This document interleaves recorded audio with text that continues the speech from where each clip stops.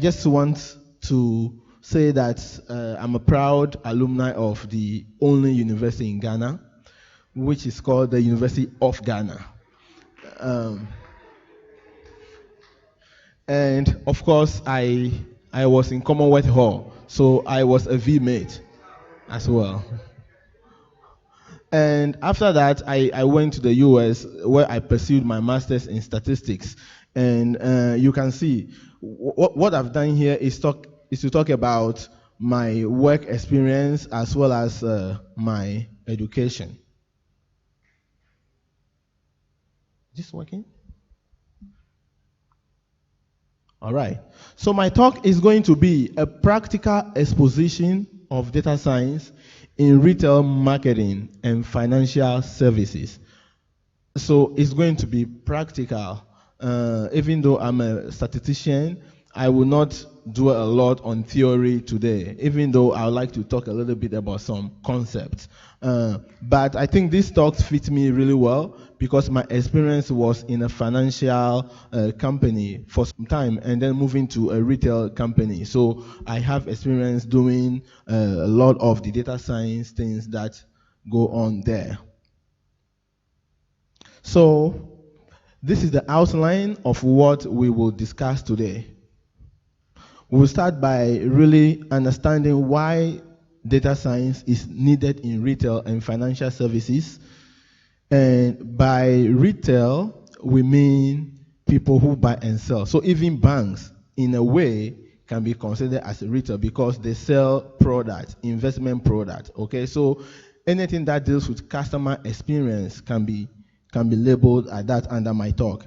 And of course, financial services includes banks, savings and loans companies, insurance companies are actually also financial service companies, right?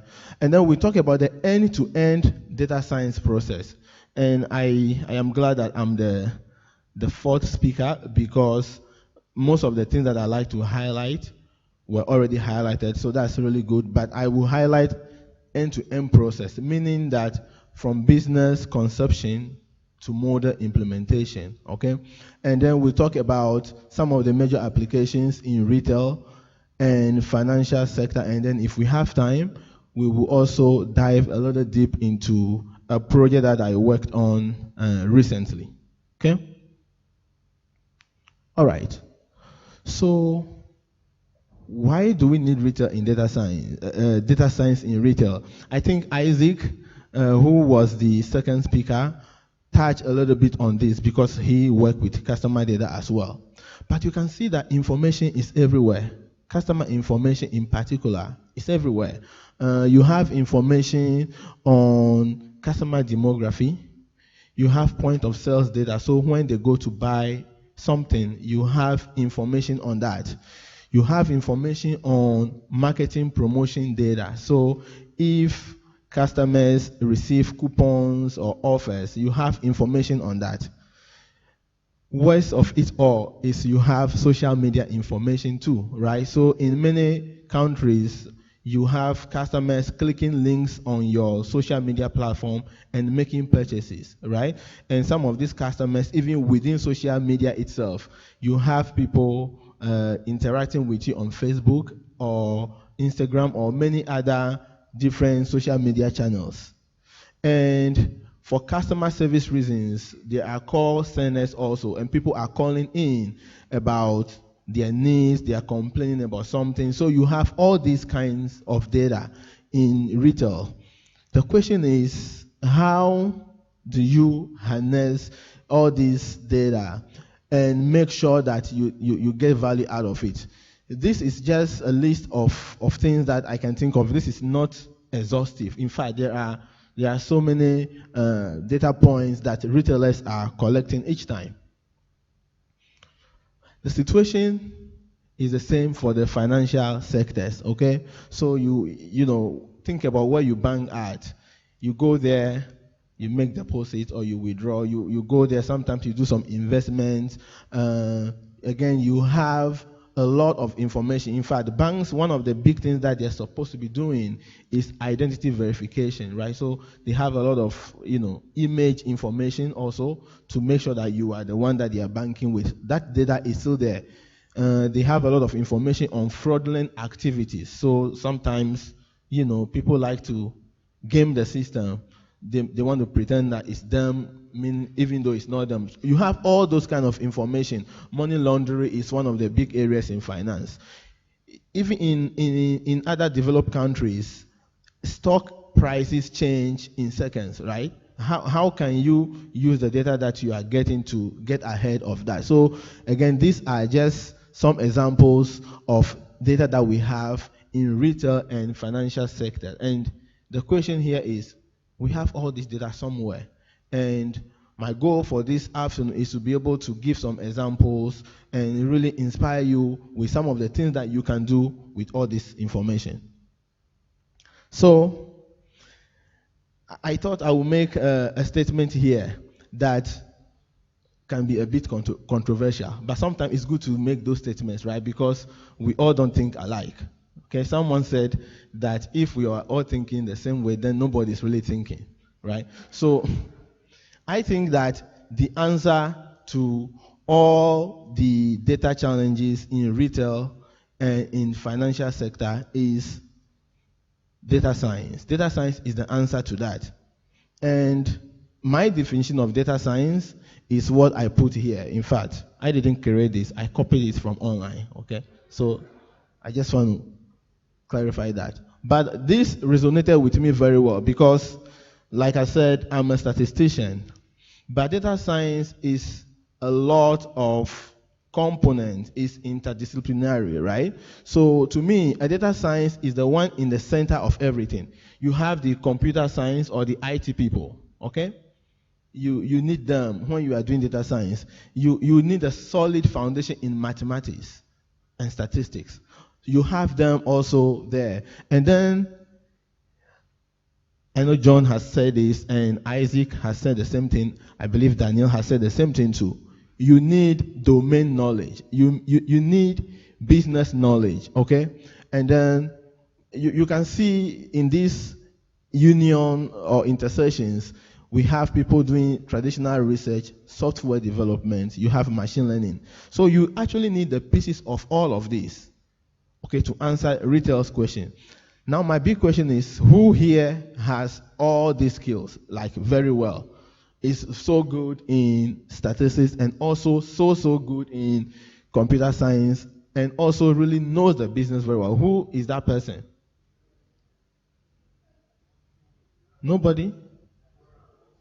Well, that is why in practice, data science is a teamwork, right? So you have to be very strong in one of them, but you have to be very sharp enough to understand all of them also very well. Otherwise, you'll not be very relevant, right? So this is my answer to retail's problem. Okay. One thing also I like to call out is that data science is not the same as business intelligence. They are two different things. Okay? So in business intelligence and reporting, you are mostly looking at what has happened. You are creating reports. And that's why it's always good to automate those reports so that you are not creating those reports manually each time. But in data science, you are thinking about what will happen in the future. Or what if this happened? What am I going to do? Okay, so that's one example, and I've listed a couple of other examples here. In fact, the perspective that the data scientist is looking at is really understanding the past, but looking towards the future. Okay, but in BI, you are mostly creating all the reports. That's actually very, very important. Another big thing is the data. The data that we have in BI, even though it's good, if you have it all integrated, data science works better if data can feed very well and even real time, so you can action on. Imagine a customer calls and complain about a fraudulent activity. You want to detect the fraud immediately and send notifications to the account owner. I remember back in the days when I was in college. Well, we say college back in the US, but when I was doing my master's, I went to the bar, okay, to get some drink with some friends after their graduation. And unfortunately, my wallet fell. So, but I didn't realize it, even though I wasn't drunk, just to make sure I'm clear.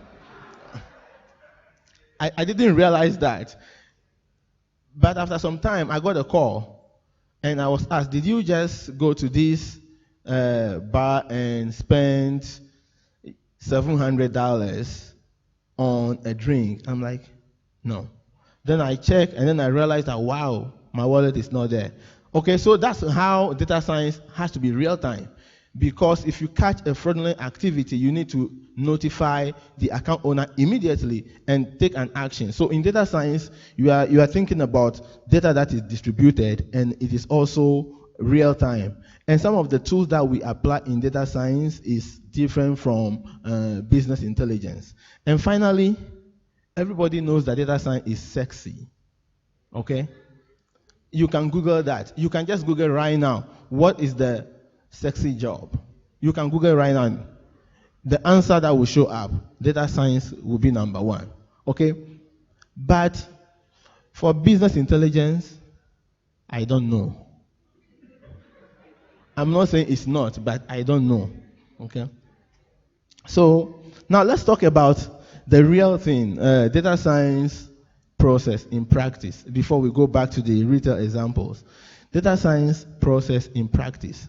Many times, the challenge that I have seen many people having, and I can say this because when I was working with Alliance Data, we have several retailers. So in fact, I have worked with more than 60% of all the retailers that you can think of in the US.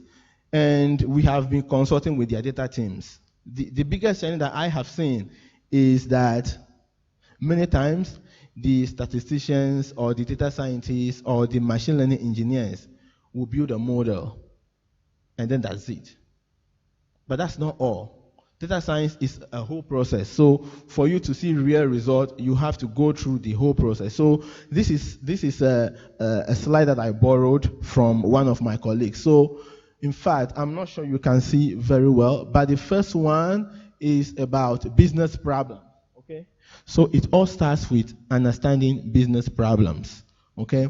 And everything in dark blue here, this one, and here.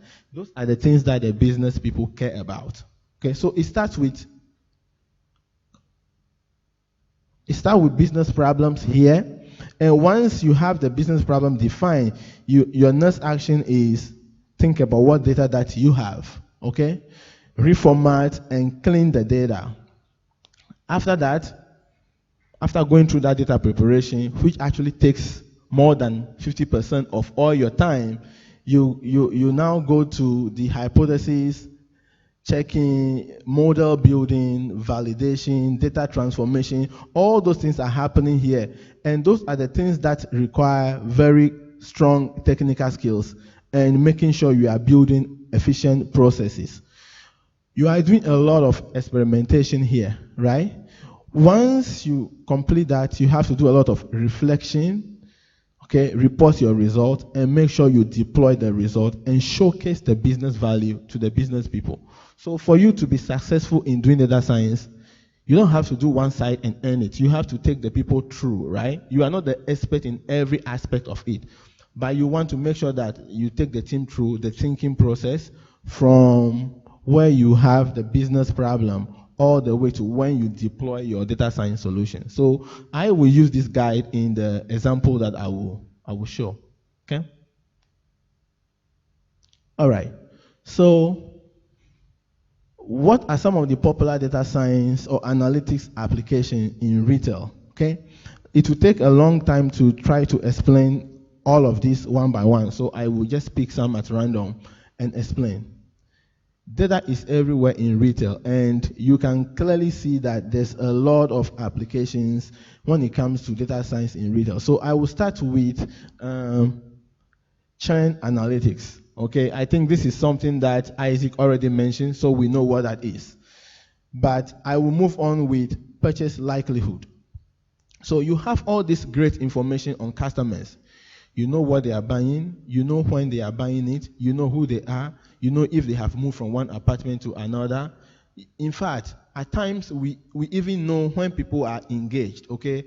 You know, in the US, the people will engage first, and then after some time they will do the actual marriage. So even we know that if you're engaged, and we can market to you your wedding ring, okay? So that's what it means by really understanding purchase likelihood. And there are a lot of methods to do that. What I will be doing is every time I mention an approach, I will probably mention a method of doing that. So purchase likelihood basically is a propensity modeling, right? So it could be a classification whether or not somebody will make a purchase. So you are talking about the likes of logistic regression. You are talking about the likes of decision trees because it's classification. You are talking about the likes of random forest because it's classification. You are talking about the likes of support vector machines. Okay, these are all data science methods or machine learning algorithms. Okay, but I want to make it practical. That is why I will not go deep into all the technical things. Second one is cross-selling and upselling. So you have a customer that is only buying jeans in your shop, but you sell really good shirts as well. How can you get that customer go and buy from another department? That is what we call cross-selling. Upselling is I'm spending only $100 a year with you.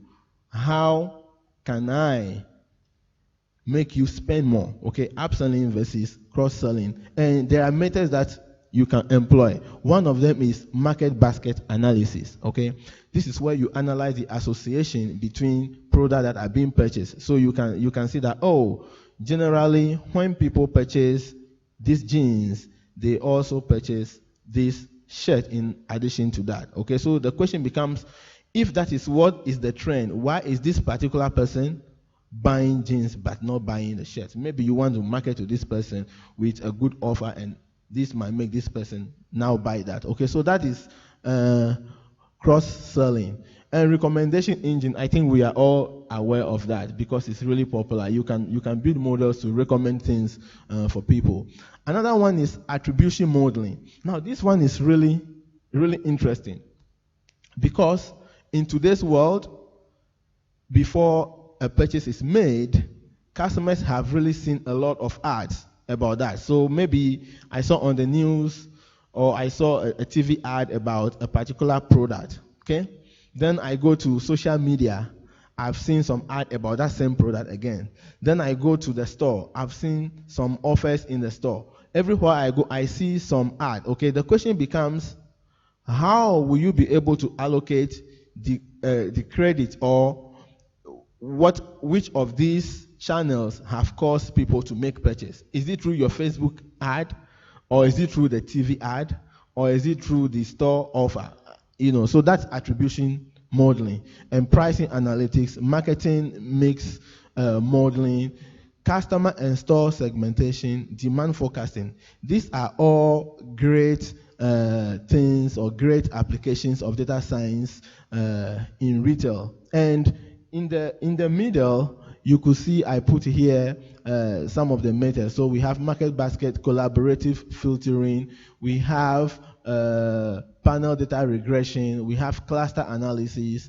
All these methods, some of them Daniel has mentioned, are all applicable and they are popular in retail. And one thing I want you to keep in mind is everything that we are talking about is driving direct value to the business. We are not talking about theory here. We are talking about using the data to drive value to the business. Data science applications in financial sector, okay? And this is, again, not exhaustive.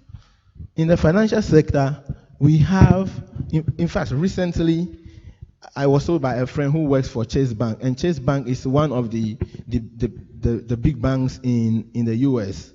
They just employed a machine learning algorithm using natural language processing that is reading all their compliance documents, okay? This, we are talking about hundreds of pages that requires teams of 10 or 15 to do. They have employed a machine learning algorithm to do this, and now this actually is being run 2 hours every week and has saved more than 3,000 manpower working hours. Okay, that is just natural language processing, which is the one I have here in this pink. But within the bank, you have people doing fraud detection, cyber security, identity verification, algorithmic trading is one of the big ones. Even in credit scoring and underwriting, this is a very common one. When you are giving loans to people, how do you determine the interest rate? How do you even decide if I should give loan to this person or not? These are real applications. You know, my cousin called me and he said, Dela, my money went to number one. Okay? And I said, really? How did that happen? Why did you not tell me when you started investing money with what's the name? Men's Gold. And I said, look. With due respect, it shouldn't take much time for us to know in this country that that scheme is not sustainable. It shouldn't take much time. With simple logical reasoning and how data works, it shouldn't take much time for us to know, okay? So, credit scoring and loans and savings, before you give loans to people, you have, if you know who they are, even the business that you are doing, if you are doing business with people, there are certain things that you check, okay? And with good data, I am very confident that things like that cannot be happening. I saw in the news also several banks were closed last year, okay? Several banks in Ghana, were closed because their capital threshold was not good at their operations. With good data, that problem will be minimized. I am very confident with that. Okay, so those are some of the applications of data science in financial sector. Okay, so to really drive this home, I like to really talk through an example of a project that I work on. Okay, so there is this retailer, very big retailer. Okay. It's a large retailer with a strong online presence, has over 1,800 stores worldwide. Okay? They acquire about 12 million customers a year with an average spend of $250. And they have about 31 million active customers. This is a true example I'm giving you. It's not textbook example. And by active buyers, it means that in the last 12 months, they've made at least one purchase with this retailer, okay? But look at the issues that they have. Number one is 77% of them are one-time buyers, meaning that they come back, meaning that if they come to buy, okay, 77% of them do not come back within the next 12 months to make a second purchase. That's a problem, okay? So let me explain that again. 77% one-time buyer rate, meaning that 77% of their customers only make one purchase within their first year of relationship with this brand. So if you are a company, people shop once and never come back, that's a big problem. The second one is they have 35% retention rate, meaning that if 100 of them shop this year, only 35 out of that 100 will shop again the following year. So that's a problem. And then they have 46% purchase only in one department. Okay? So they have like 8 departments, but close to half of the population only shop in one department. And 22% have rewards redeemed, meaning that if you shop, and if you are familiar with loyalty programs, you understand this. You shop, you earn points, and then you come to redeem the points. We are saying that even out of those who redeem the points, only out of those who receive bonus points or rewards points, only 22% of them come to use those coupons. That's low. And if they send emails to them, only 9% of them open the email. Okay, so we know from our benchmarking analysis that this number is not good. Okay, So we were called to consult with them. Okay, so we try to understand their business problem, which is the first step that I put here. Business question. What are you trying to solve for? For you to have data science, you want to make sure that you understand the business problem. So the question is, how can I reduce my one-time buyer rate and increase my overall customer retention? Okay, now to just tell you another thing why I believe that data science is the sexy job. Okay, assuming that I was able to build a model to increase retention rate by 1%. Okay, so 1%, we have 31 million customers. What is 1% of 31 million? How many customers am I bringing? 300 and? Okay, so let's say 300,000. Okay, and we are saying that they spend $250 per year. So just use 200. Don't even use 250. Just do $200 times the 300,000 people that you are bringing. How much is that?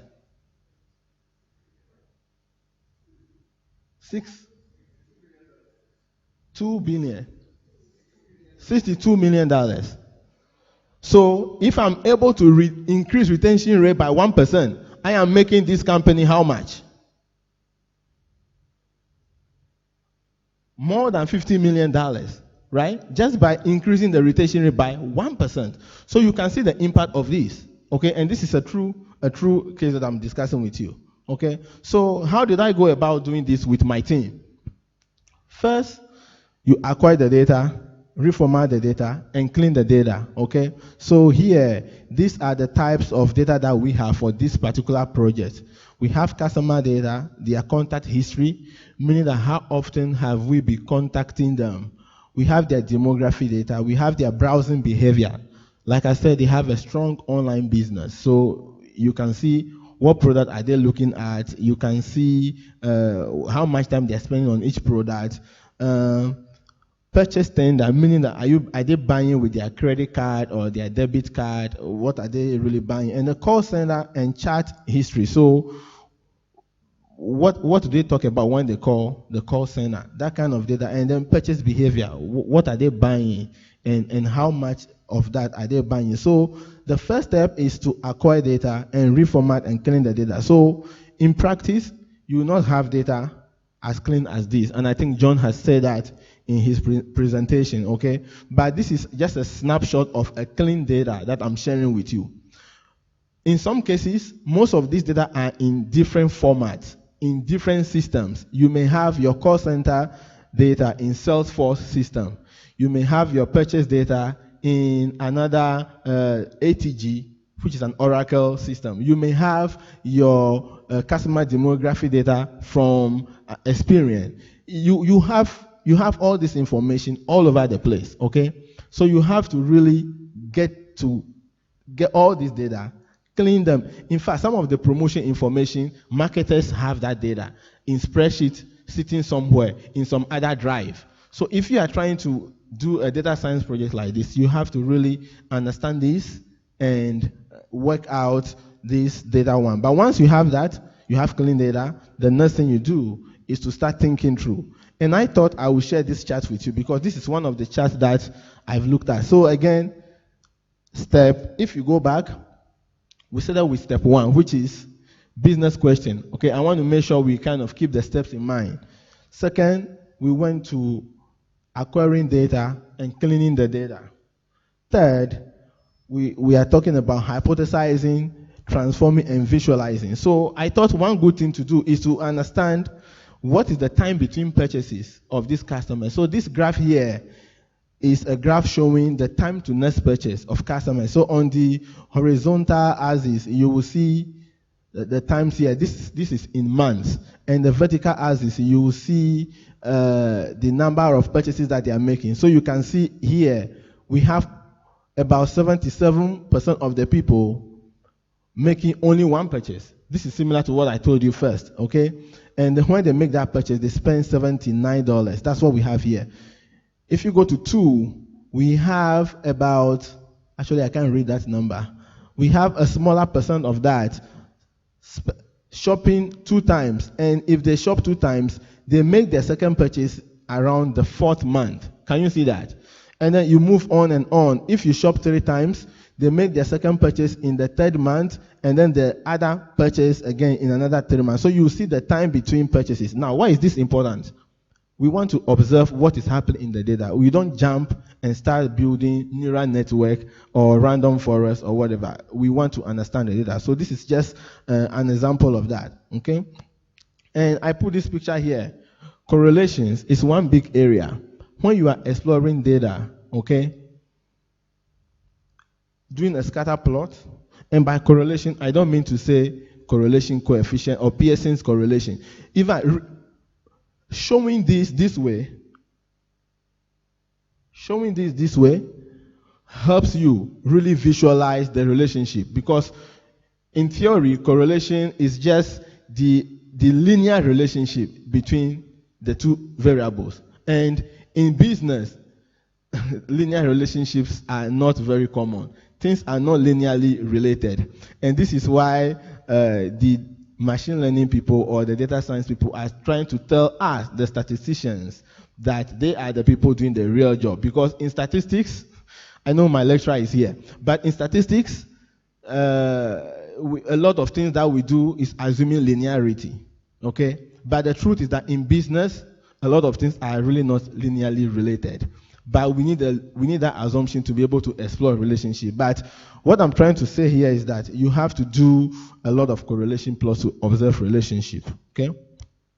Okay, so once you do that, the next step is model, validate. And this is an iterative process, model and validate. So what I'm trying to show here is what I call customer life stage prediction, okay? Now, why is this important? You want to understand, our customer, are they new? And if they are new, are they active, meaning that are they shopping? Or are they inactive? If they're inactive, are they lost? Can you win them back? Or what is the severity level of their inactivity? Okay, that is what I call the customer life stage prediction. So here I'm summarizing what do we want to model, okay, and then some of the methodologies that we've tested in this process. So the first thing that we want to model here is the life stage. So this is a 3-way classification. Is the customer active?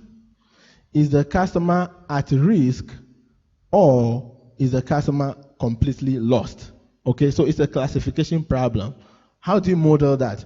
There are a lot of ways to model that, and we have tried several methods. And my advice here is that when we are building a model like this, you don't just do one method, okay? You do iteratively. Check the methods out and see which one is performing based on your criteria, okay? So that's what we've done for this one. And then the second one is the severity of the life stage. That is, how long is this customer inactive? And to do that, we employ survivor analysis, which is actually a measure of the time to an event, okay? So for the statisticians among us, survivor analysis or hazard models actually models the time to an event, okay?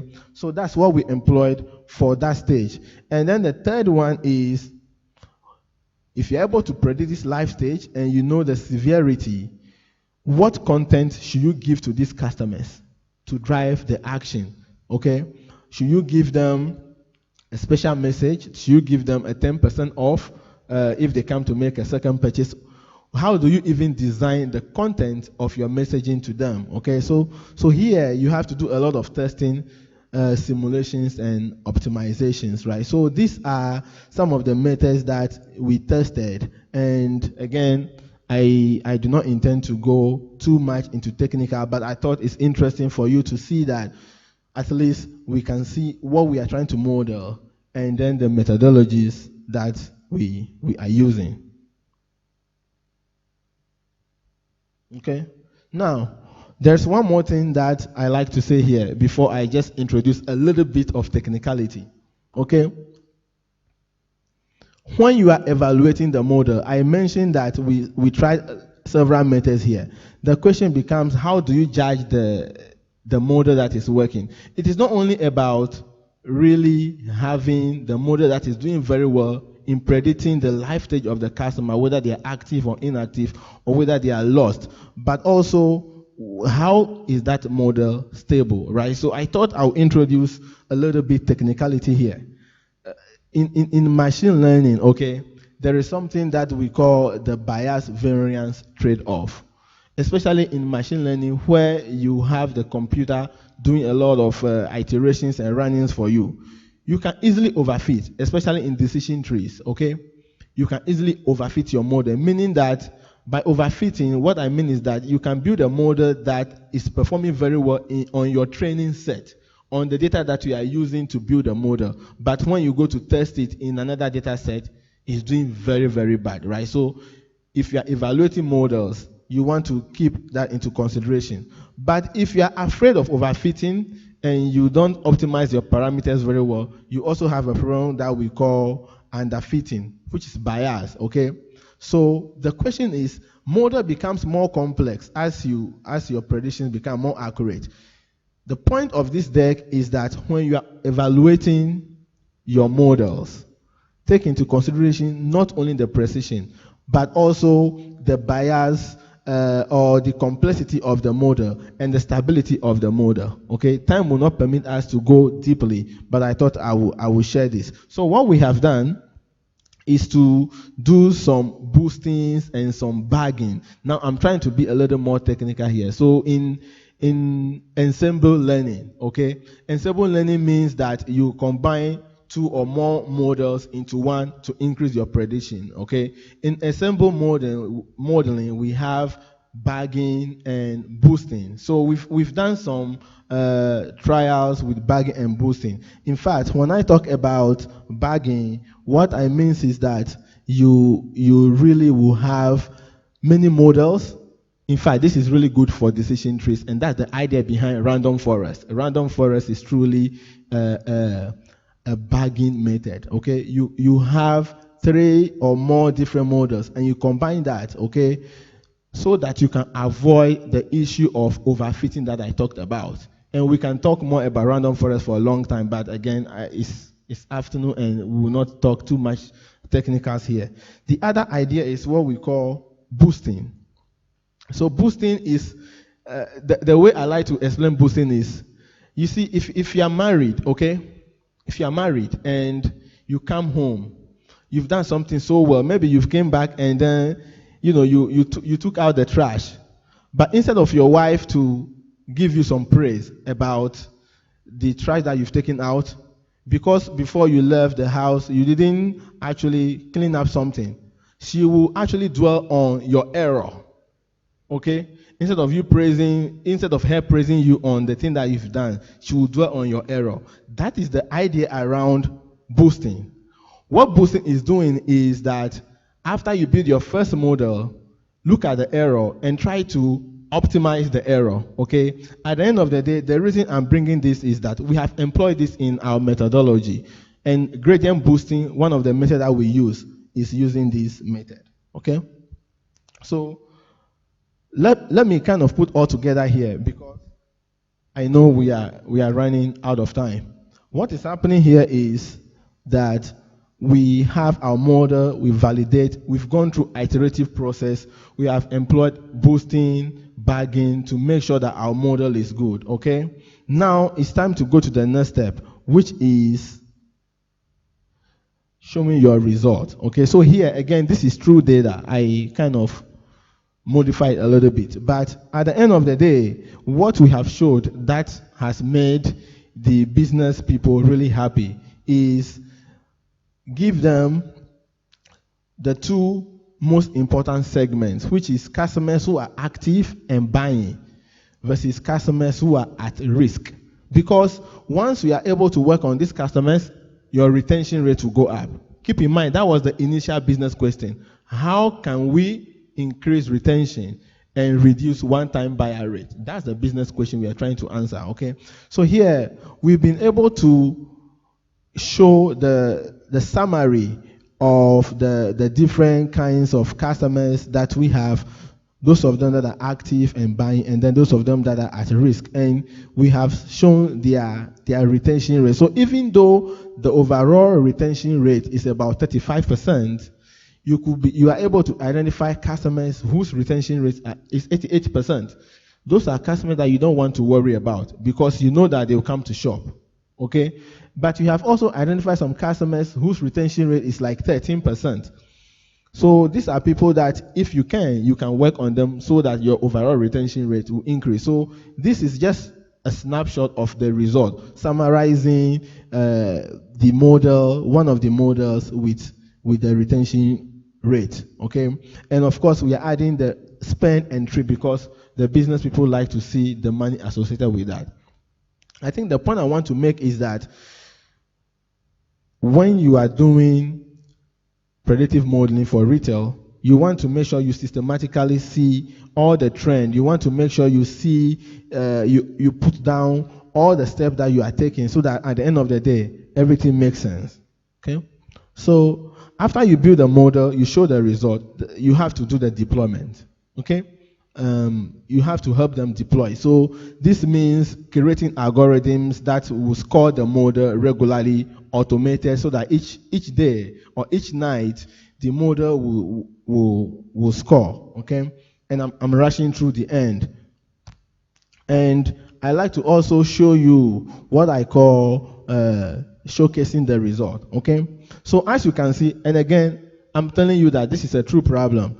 These are the problems that we have before we started the modeling. 1 year after we implemented the model, these are these numbers now. So instead of having 73% one-time buyer rate, now you have 68% one-time buyer rate. So you are not there yet, but you've increased significantly. You have 35% retention rate. Now that has increased to 40%. That's a good news.